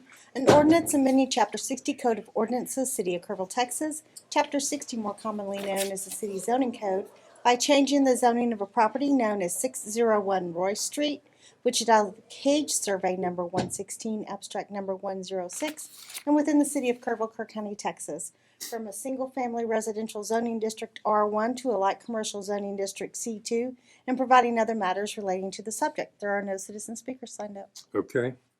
This is second reading. No staff presentation. Council, any questions on this one? No. Okay. Is there a motion on this matter? I'll make a motion that we approve ordinance number 2022-16 on second reading. All right. I'll second that. Got a motion second. All in favor, let it be known by the raised hands. Okay. Mr. Paxton, would you raise the temp up one degree? Somebody wants to keep the council cold. All right, 6B, Ms. McLennan. Ordinance number 2022-18, second reading, an ordinance annexing a tract of land to the corporate limits of the City of Kerrville, Texas. Such property consisting of an approximate .40 acre tract, part of Lot 8, Block 1 of the L.A. Shriner Valley subdivision, and more commonly known as 318 May Drive. Such property more specifically described in this ordinance and being located within the extraterritorial jurisdiction of and adjacent to the city limits, adopting a service agreement, establishing the zoning for the annexed property as being within a medium-density residential zoning district, R2, and providing other matters relating to the subject. There are no citizen speakers signed up. Okay, second reading on this one. Any questions, council? I will move that we adopt ordinance number 2022-18 on second reading. Second. Okay, we've got a motion second. All in favor, let it be known by the raised hand. And it passes unanimously. 6C, Ordinance number 2022-19, second reading. An ordinance deleting Article 2, Joint Airport Board of Chapter 22 Aviation of the Code of Ordinances of the City of Kerrville, Texas, as it is unnecessary to the continued existence and operation of such board, containing a cumulative clause, containing a savings and severability clause, and providing other matters relating to the subject. There are no citizen speakers signed up. all right. Another second reading item. Council, any questions? I move that we approve ordinance number 2022-19 on second reading. Second. Got a second, Mr. Yes, Garcia? second. Okay. All in favor, let it be known by the raised hands. And it passes unanimously. 6D, Ms. McElhannon. Ordinance number 2022-17, second reading. An ordinance amending Chapter 60 Code of Ordinances, City of Kerrville, Texas, Chapter 60, more commonly known as the City Zoning Code, by changing the zoning of a property generally located northeast of the intersection of Loop 534, Veterans Highway, and Landfill Road North, comprising of 17.803 acres out of the Samuel L. Wallace Survey number 112, abstract number 360, and within the City of Kerrville, Kerr County, Texas, from a light commercial zoning district C2 to a general commercial zoning district C3, and providing other matters relating to the subject. There are no citizen speakers signed up. With your training and certification, should we start saying the Honorable No. Mrs. McElhannon? No. Oh, okay. All right. Council, any questions on this one? If not, is there a motion? I'll move to adopt ordinance number 2022-17 on second reading. All right. I'll second. Got a second from Ms. Hughes. Okay, all in favor, let it be known by the raised hands. Okay. And it passes unanimously. Now we come to a public hearing, and you don't have to be signed up to speak to this, but if you will read it in for us, Ms. McElhannon.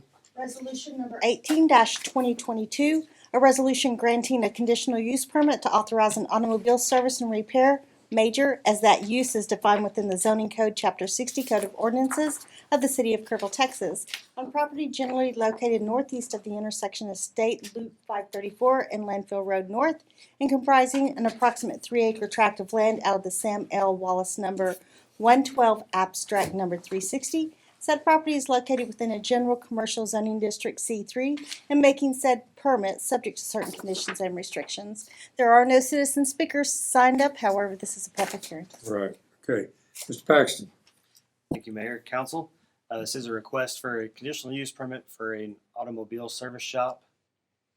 Here is the zoning as it was when they applied. Of course, you just approved the C3 zoning in your last item. For the overall project, this is one lot out of that project there. Out here at the corner, fronting the new street that they'll be building in Loop 534. There's the plat. So they'll be on that corner lot there. Because it is an automobile shop within 500 feet of the 100-year floodplain, the conditional use permit is required. With the conditions that they are required to keep all maintenance of the vehicles indoors and all storage of materials and parts indoors, staff does not feel there's a detriment to the flood zone or pollution to the flood zone that would be part of that project. So staff recommends approval, and the Planning and Zoning Commission recommended approval with those conditions. Be pleased to answer any questions before or after the public hearing. Okay. Council, any questions? I have a question. How do you keep track of businesses like this to make sure that they are in fact meeting the required code? Is there a yearly inspection of how do you go about doing that, Drew? Just general combination of any kind of complaints that we do receive, and then code enforcement, their usual rotation as they go through town. There is some sort of rotation. Yeah. So some of ones like this, we'll work with code enforcement, let them know that there are conditions. If they see major changes as they're doing their normal rotations, then they can obviously contact the planning department and see if there's anything that's out of alignment. Okay, thank you. Council, other questions? Any resistance from neighbors We did not. Okay. Okay. I open the public hearing at 7:24. We have anyone to speak to this item? If not, 7:24, the public hearing is closed, and we move to 8A.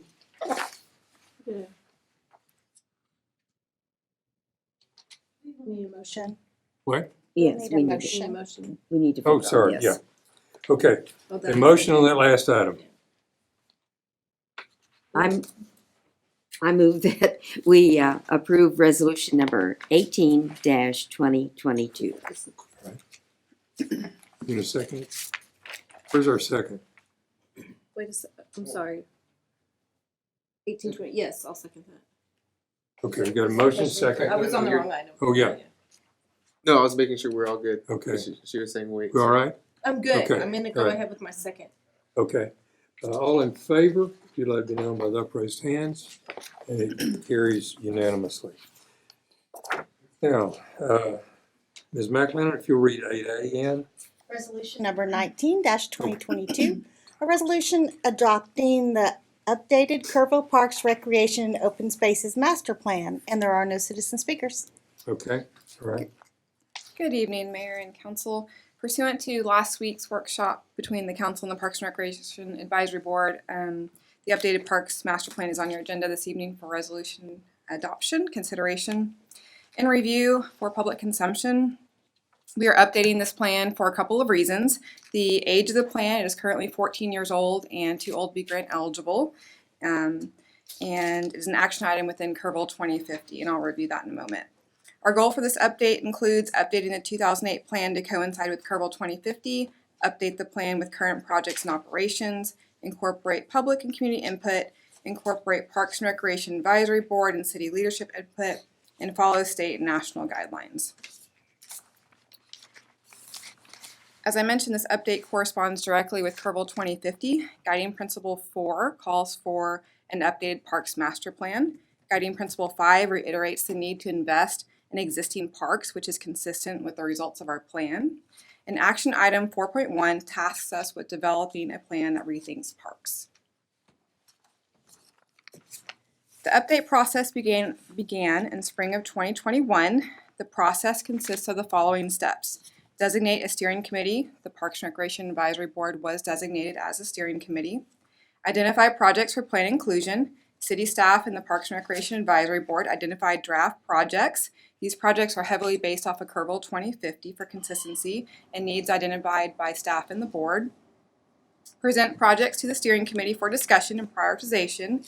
This occurred over several meetings, which I will review in just a moment.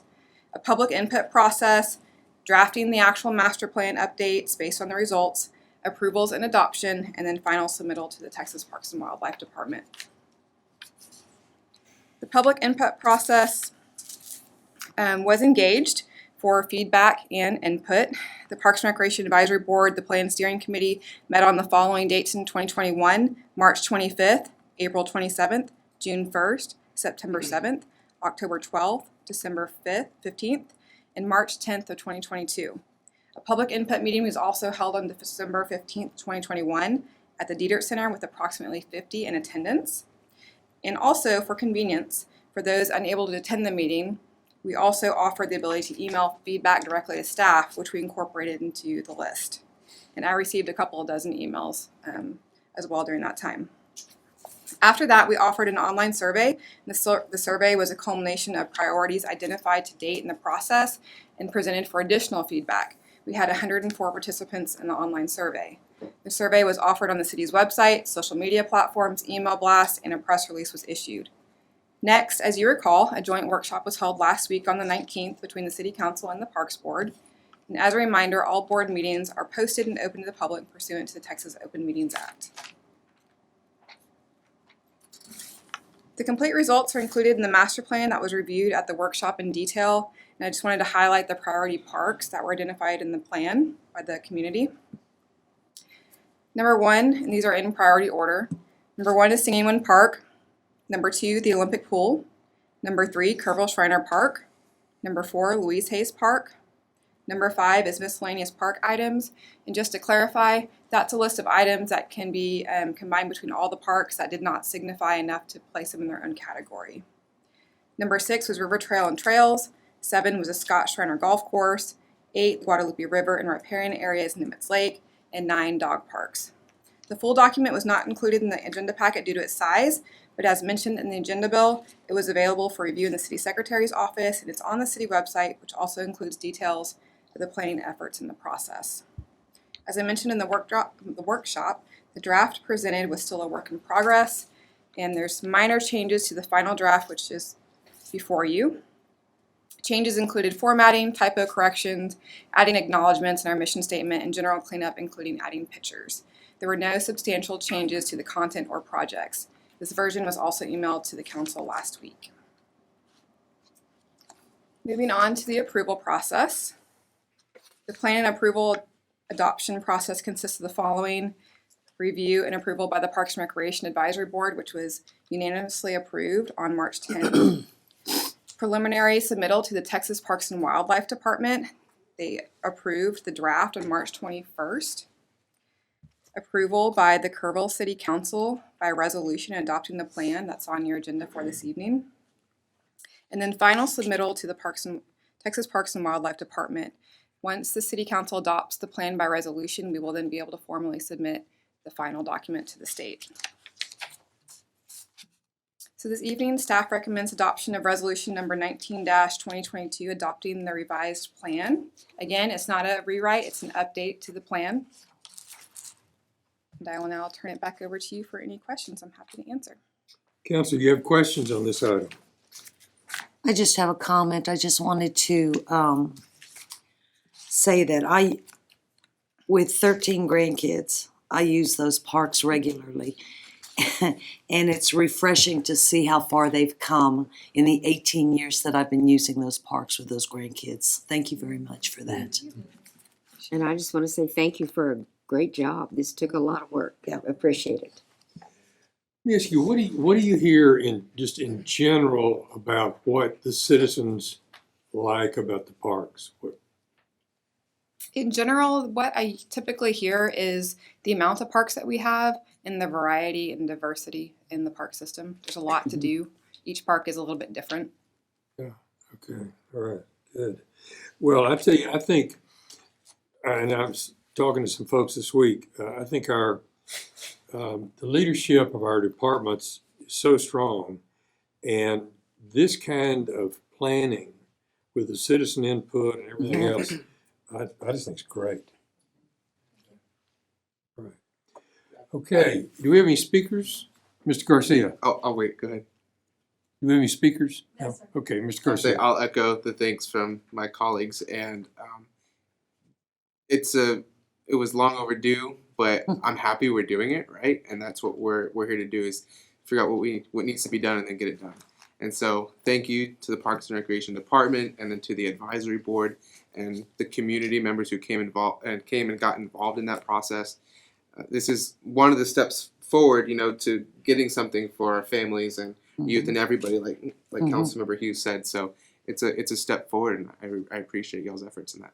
Thank you. I do have one comment. I do hear a lot that our community is very appreciative of the free opportunities that we offer. Yeah. Majority of our programming is free. Yeah. I was at some event at Louise Hayes Park, and this woman said, I'm a single mother, I got 3 kids, I can't afford a lot of things, but I really look for these events in the parks. And the other thing, having grandchildren that were homeschooled, it's a real asset to folks that are homeschooling their kids. Great outing. Thank you. All right. Well, now we want to approve it, right? Yeah, let's approve it. I'll go ahead and make a motion to adopt resolution number 19-2022. Second. All right, got a motion, second. Vote for it. There we go. I was distracted, excuse me. There we go. Passes unanimously. Okay. 8B, Ms. McLennan? Resolution number 20-2022, a resolution authorizing the acceptance of grant funding from the Office of the Governor, Criminal Justice Division, and its body-worn camera program for funding to purchase body cameras and accessories for the Kerrville Fire Department. And there are no citizen speakers signed up. Okay. Good evening, Mayor and Council. We'll be funding body cameras for the Kerrville Police Department with our grant. We were happy to be awarded at the end of last month from the Office of the Governor a grant in the amount of $238,466.25. It is a reimbursement grant with matching funds required, a 25% match. That would bring our responsibility in this program to $79,488.75 to be funded on our side. The police department, as we have reviewed our operations over the last year, recognized the need for a body camera update. Our body cameras have reached end of life. We're starting to see failures as well as quality issues with the recordings that we're making. And body cameras have become as basic a part of a policeman's uniform as handcuffs or a firearm. And we feel this is very important for transparency within the community, as well as to help us gather evidence and make the best cases we can in criminal court. Would stand for any questions. How many will you be getting? So this grant will cover 41 body cameras. It is for anyone who is engaged in field operations. How many do you currently need right now? I would like to equip all of the officers. Anyone that wears a badge in the department should have a body camera. So we would need 54. Okay, so close. So right now they'll share a little Some bit. of the end of life. Right. We'll work on the remainder of that project. Another piece of this may be coming back to discuss the cameras within the vehicle because it's a package. This grant only covers the body worn cameras portion. I had a couple of questions with the resolution that's before us today. So first, on page 1, section 3, towards the bottom of the page, it says that the city designates the city manager or designee as the city's authorized official who is given the authority to reject, alter, or terminate the grant on behalf of the city and take all other action in pursuance of the grant process. So, assuming that we vote in favor of the resolution and the resolution is drafted in a way that authorizes the acceptance of that grant, that brings me to two questions. I don't know who can or will answer this, but one, after reading section 3, does the city manager, shouldn't we include a wording that says that the city manager has the authority to accept the grant, since that's what the resolution says we're going to be doing, and if that's how council votes? That's my first question. Secondly, why would the city manager need the authority to reject, alter, or terminate the grant on behalf of the city? And I would assume that if that were to happen, that would be an action by council, and I'm not sure. I'm really curious about that. So those are my two questions. I can handle the second part. Do you want to handle the first part? Or you do both? Well, one, you need to realize that we get this resolution. I think this probably matches up with about 80-90% of the language that the state's governor's office gives us. Okay. And so we do that, and then I try to put it into a form that I think we can use. But Section 3, you all would be delegating, all that authority to the city manager. And Chief, you might want to speak to why you think the city manager needs the authority to reject, alter, or terminate. I mean, I can give you my theory and my reasoning behind it, but Chief probably certainly does these more than I do. Well, it's a requirement by the Office of the Governor to designate a person to be responsible for the grant should something occur that they can communicate and deal with to take any of those actions that are listed. And not that I don't have faith in our city manager, I do. I was just curious why those provisions were in there. I thought we were accepting it, so any other language just confused me. So that makes sense. I appreciate that. And then my second thing is on the second whereas clause. Also on section 1, it's my understanding that the grant requires the city cash match of $79,488.75 as shown on the statement of grant award in our packet. So I believe the second whereas clause in the section 1 dollar amount, matching dollar amount needs to be corrected to reflect that. Just the numbers 8 and 4 I think are flipped. It says 844 when it's 488. So no problem, just something there. And that's pretty much all I had, Council. That would be my fat fingers, I believe. Oh, you're good. Just caught that, so. All right, okay. Anything else, Council? Glad to see this happen. Yes. Yeah, good. Okay, do we have any speakers? Yes, sir. Okay. All right, do we have a motion on this matter? With that said, I'll move to adopt ordinance number 20-2022 with the correction of the city cash match. Dollar amount. I'm sorry, resolution. Did I say ordinance? Resolution number 2022.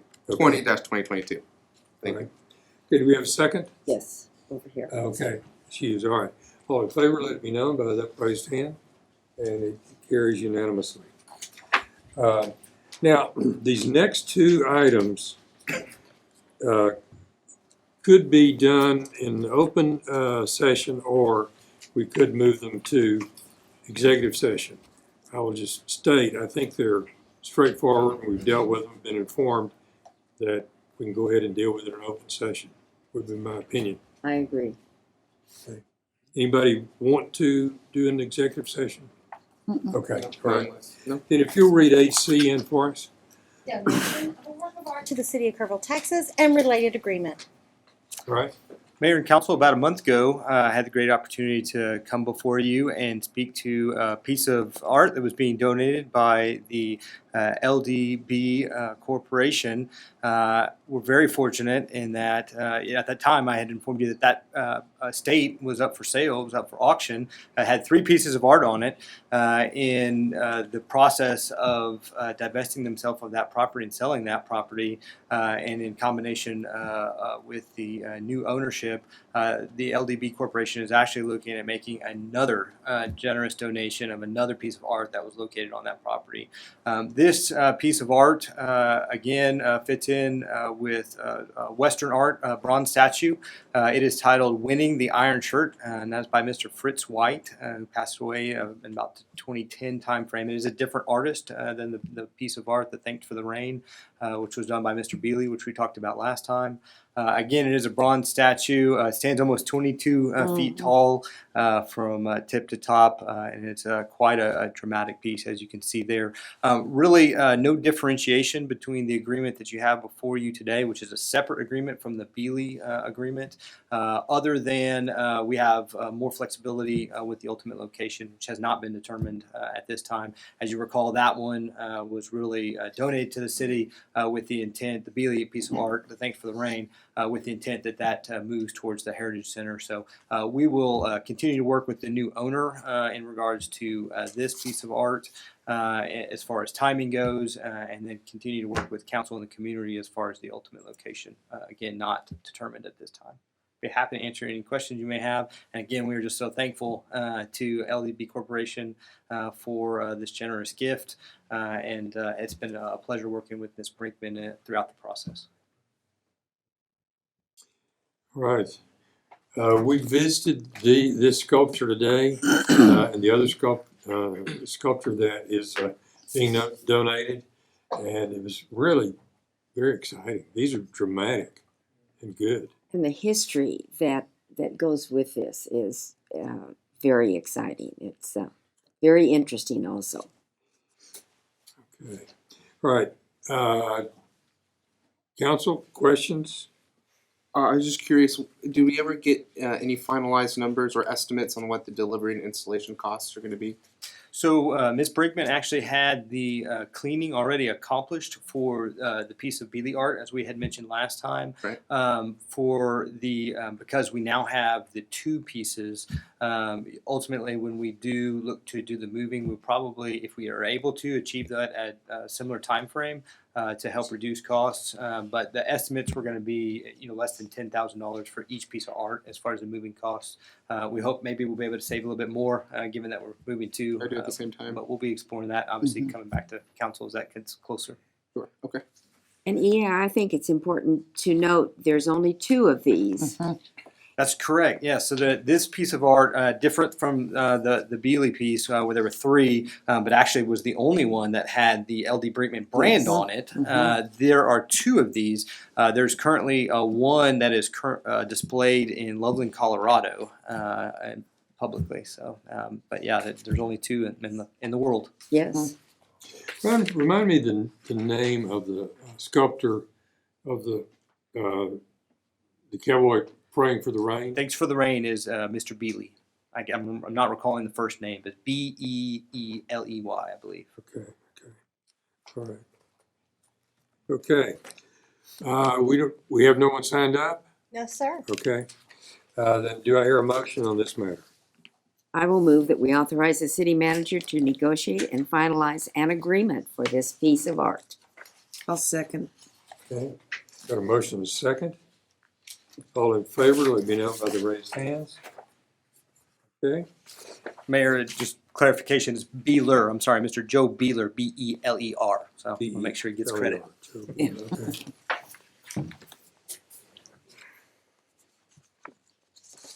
All right. You read 9A in for us. Appointment of municipal court judge. Okay.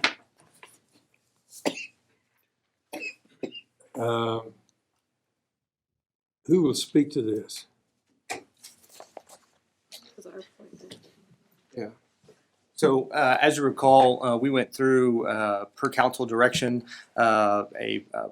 engagement of a search process for the appointment of a municipal court judge moving forward. And we issued that a number of weeks ago, about 6 weeks ago, and put that out. We had a number of candidates that did apply for that.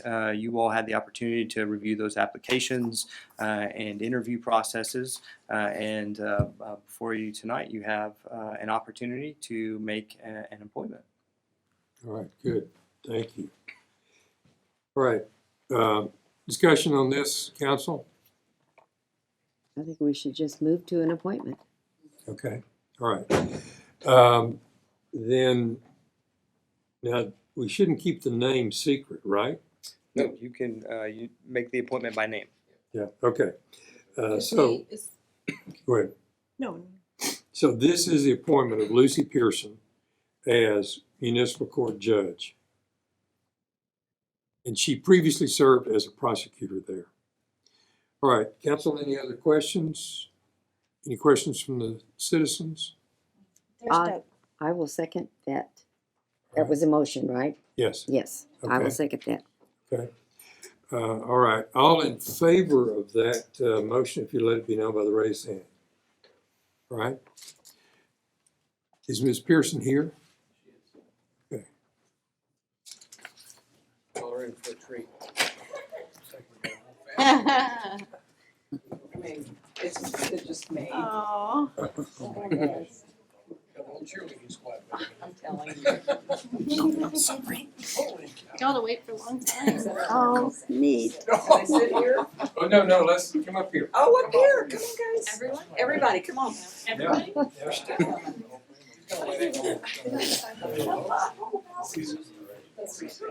We're gonna stand behind her probably. Now, okay, now tell us, I'm not gonna ask you to give all the names, but Okay. who do you have here? Well, I have 2 of my 3 daughters, raise your hands. And Heather, our county attorney, is at a leadership conference, so she can't be here. Okay. And so I have 2 son-in-laws, raise your hands, a grandson here, and then granddaughters. And so I'm missing a son-in-law, a daughter, and 2 grandsons who are playing ball right now with their daddy. Okay. Well, we will go ahead and swear you in anyway. Thank you. Hey, I want to tell you, this process of looking for a municipal court judge was very interesting. We took it very seriously.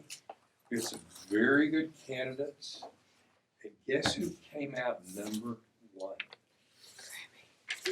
I heard that, Granny. Yeah, all right. Despite Okay. the video interview. Oh, Don't ever make me do that yeah, again. yeah, no, she liked doing this interview. All right, yeah. Okay, so having made this appointment, City Council having made it, then the Honorable Judge Susan Harris will administer the statement and oath of office to Lucy Pearson. You'll come ahead, Judge.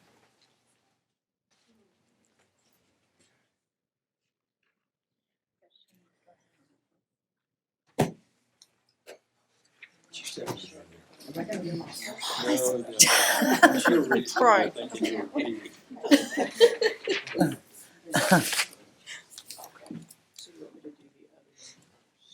She has to read her statement. I need my glasses. I need my glasses. Okay. My name your purse? Yes. Where's your purse? And then I'll do the oath of office. It's your glasses. Gotta have those eyes. Oh, yes. Huge honor for me. The Logue Municipal Court.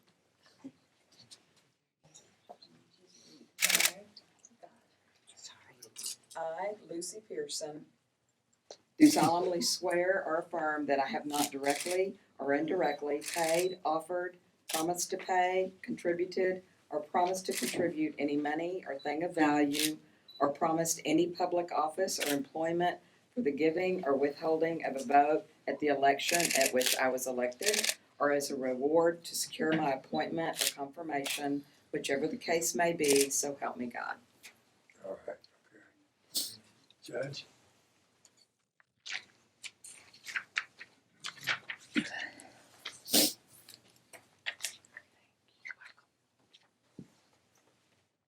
You would raise your right hand and repeat after me. In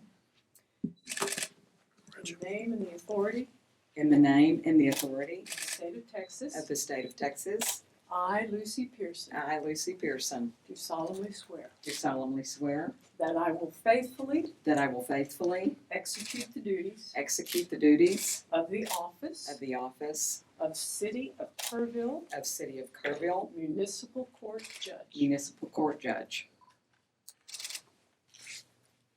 of the state of Texas of the state of Texas, and will to the best of my ability and will to the best of my ability preserve, preserve, protect, protect, and defend and defend the Constitution the Constitution and the laws and the laws of the United States of the United States and of this state, and of this state, so help me God. so help me God. Congratulations, Grant. Yeah. Thank you.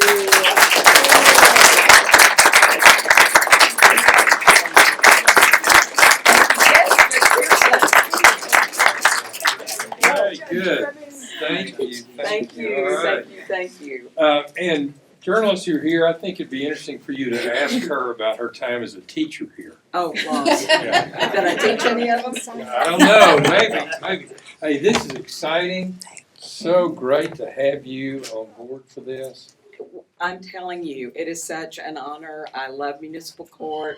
I love the process, and I'm a big fan of the city of Kerrville, born and raised here. So That's great. this That's is great. wonderful. Thank you so much. I appreciate it. Thank you. Judge Harris. Thank you. Good, good. We're glad to have you. Such an honor. Okay. All right. Everybody Okay. together? Everybody together. Kevin, scratch inside. You need to be in front of me.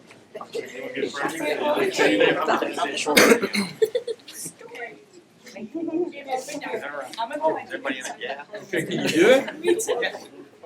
How cool is that? What do we need? Him in the back, can you get him, There picture, you there you go. go. You need to get in the gap too, right? Come this way just a little, right there. There you go. Everybody ready? Yep.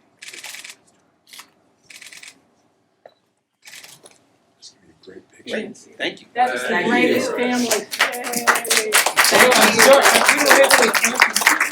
That's okay. Well, I just left drug court. We had all kinds of pizza and cupcakes there. We had to graduate. So, yes, taking care of it.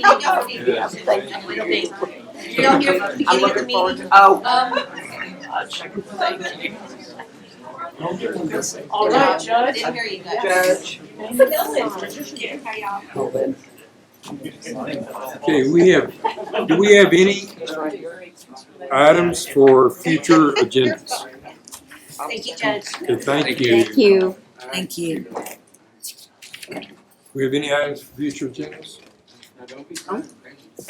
Okay. If not, adjourn 7:54. Yay.